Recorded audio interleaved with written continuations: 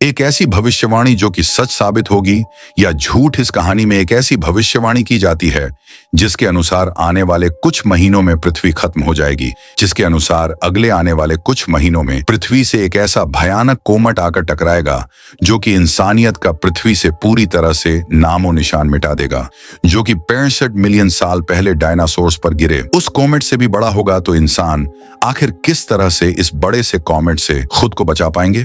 चलिए जानते हैं आज की इस कहानी से। कहानी की शुरुआत में सारा और लिक दिखाया जाता है जो कि टेलीस्कोप से आसमान की तरफ देख रहे थे। दरअसल ये दोनों आपस में प्यार किया करते थे, साथ ही ये दोनों एस्ट्रोनोवा गतिविधियों पर नजर रखा करते थे। लेकिन तभी ये नोटिस करते हैं कि तारों के बीच एक अलग सा चमकता तारा है जो कि इन्होंने पहले कभी नहीं देखा था। शुरू में इन्हें लगता है कि शायद ये कोई सैटेलाइट है, लेकिन पीछे जो इनके प्रोफेसर खड़े होते हैं वो कहते हैं कि इसकी फोटो खींचकर डॉक्टर मार्कस को भेज दो। अब अगले दिन जब डॉक्टर मार्कस को ये फोटोज मिलती हैं तो इन्हें देखकर वो चौंक जाते हैं, क्योंकि ये कोई तारा नहीं था बल्कि एक बहुत बड़ा कोमेट था जो कि तेजी से धरती की तरफ आ रहा था। लेकिन अभी भी वह धरती से लाखों किलोमीटर दूर होता है, इसलिए उसे धरती तक आने में कई महीने लग जाएंगे। अब डॉक्टर मार्कस इस पूरी इंफॉर्मेशन को एक डिस्क के अंदर सेव करते हैं। वो इस इंफॉर्मेशन को अथॉरिटी तक पहुंचाना चाहते थे, लेकिन इससे पहले ये इंफॉर्मेशन वो अथॉरिटी तक पहुंचाते उनकी गाड़ी का एक एक्सीडेंट हो जाता है जिसमें उनकी जान चली जाती है। अब धीरे धीरे वक्त बीतता है और 1 साल हो जाता है। साल बाद में दिखाया जाता है कि यूएस के सेक्रेटरी ऑफ ट्रेजेडी जिनका नाम एलन है, उन्होंने अपना रिजाइन दे दिया है और इस्तीफे की वजह यह बताई जाती है कि उनकी पत्नी एली बीमार है। लेकिन एक रिपोर्टर जिसका नाम जेनी है, उसे शक होता है कि इसके पीछे कोई और बात है। वो एलन से मिलने के लिए जाती है। वो उनके घर के बाहर देखती है कि यहाँ पर बहुत सारे खाने पीने और सर्वाइवल का सामान है।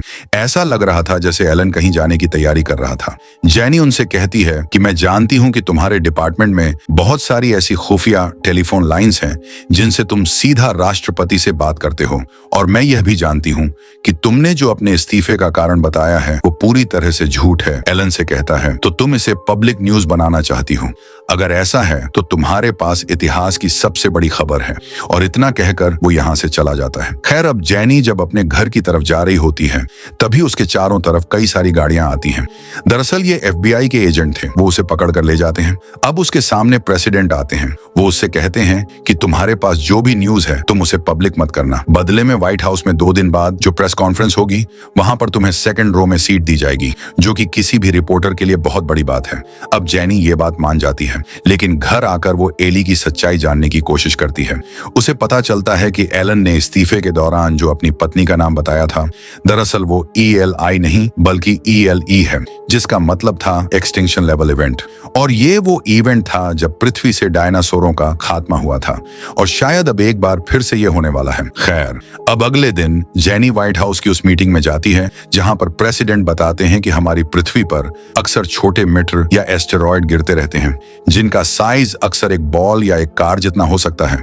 लेकिन जो कॉमेट अब पृथ्वी की तरफ आ रहा है वो माउंट एवरेस्ट से भी बड़ा है। इसका वजन है 500 मिलियन टन, और अगर ये धरती से टकरा गया तो एक महाविनाश होगा। पिछले 8 महीनों से अमेरिका और रशिया सबसे बड़ा स्पेस स्टेशन बना रहे हैं जो कि स्पेस में बन रहा है, और आज से 2 महीनों बाद पृथ्वी से वहां पर एक ही टीम जाएगी जो कि उस कॉमेट को धरती पर आने से रोकेगी। प्रेसिडेंट यहाँ पर डॉक्टर मार्कस पोल और साथ ही लियो बिडरमैन का नाम भी लेते हैं। वो कहते हैं कि सबसे पहले इन दोनों ने ही उस कॉमेट को देखा था। हालांकि एक कार एक्सीडेंट में उनकी जान चली गई थी, लेकिन लियो बिडरमैन अभी भी जिंदा है, लेकिन उसके बारे में किसी को कुछ पता नहीं है। दरअसल उस एक्सीडेंट में डॉक्टर मार्कस की गाड़ी जिस दूसरी गाड़ी से टकराई थी, तो उस दूसरी गाड़ी के ड्राइवर की जान चली गई थी। तो सरकार को लगा कि वो लियो बिडरमैन है, लेकिन उन्हें कोमेट की वो डिस्क मिल गई जिससे हमें पता लगा कि एक बड़ा सा कोमेट अर्थ की तरफ आ रहा है। लेकिन इतनी जल्दी वो पृथ्वी से नहीं टकराएगा क्योंकि वो धरती की तरह ही सूरज के चक्कर लगा रहा है। लेकिन बहुत ही जल्द वो कोमेट पृथ्वी की बेल्ट में आ जाएगा जिससे एक बड़ा कोलाइजन होगा, जिससे पृथ्वी से पूरी इंसानियत मिट जाएगी। लियो बिडरमैन को यह पता नहीं होता कि ये वही कॉमेट है जो उसने आज से 1 साल पहले देखा था, लेकिन अब वो जान चुका है। अब उसके घर के बाहर उसके बहुत सारे पड़ोसी भी इकट्ठा हो जाते हैं। हैं। लियो बिडरमैन अब फेमस हो चुका है, लेकिन वो इसका पूरा क्रेडिट डॉक्टर मार्कस को देता है। वो कहता है कि मैंने इसे देखा जरूर पहले था, लेकिन इसकी खोज डॉक्टर मार्कस ने ही की थी। वहीं यहाँ में एक एस्ट्रोनॉट की टीम देखते हैं जो कि उस कोमेट के सरफेस तक पहुंच जाती है। वो उसमें ड्रिलिंग करना शुरू कर देते हैं, क्योंकि 100 मीटर की खुदाई के बाद वो उसमें एक न्यूक्लियर बॉम्ब डालेंगे ताकि ब्लास्ट करके इस कोमेट की डायरेक्शन बदली जा सके और पृथ्वी से न टकराए। अब जब ये ड्रिलिंग कर रहे होते हैं तो इनकी मशीन फंस जाती है और अब इसीलिए इन्हें जल्द वापस आना होगा, क्योंकि जिस तरह से पृथ्वी पर दिन और रात होता है, इसलिए कोमेट का एक हिस्सा सूरज की तरफ और दूसरा अंधेरे में। लेकिन वो हिस्सा जिसमें वो एस्ट्रोनॉट थे, जब वो सूरज की तरफ आएगा तो उसका टेम्परेचर 350 डिग्री सेल्सियस से भी ज्यादा बढ़ जाएगा और इस कॉमेट के सरफेस पर जो गैसें हैं वो अपने आप ही ब्लास्ट होने लग जाएंगी। अब किसी तरह से ये एस्ट्रोनॉट उस बम को यहाँ लगा देते हैं, लेकिन अब ट्रस्ट सूरज की दिशा में आ जाता है, जिससे यहाँ पर बहुत गर्मी बढ़ जाती है। यहाँ पर गैसें फटना शुरू हो जाती हैं।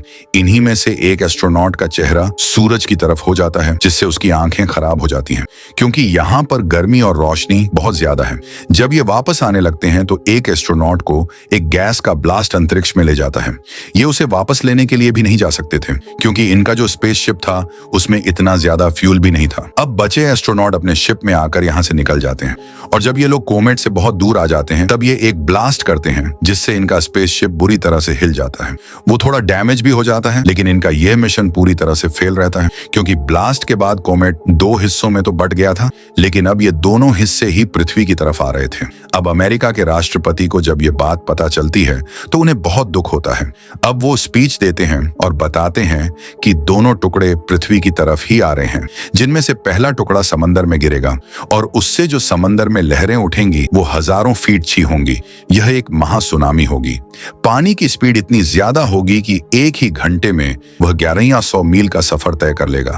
लेकिन फिर भी हम 10 लाख लोगों को बचा सकते हैं, क्योंकि जब से हमें कोमेट का पता चला था हम इसकी तैयारी कर रहे थे। हमने मिजो की 100 फ्लाइंग स्टोन में बहुत ही गहरी गहरी सुरंगें बनाई हैं, जिसके अंदर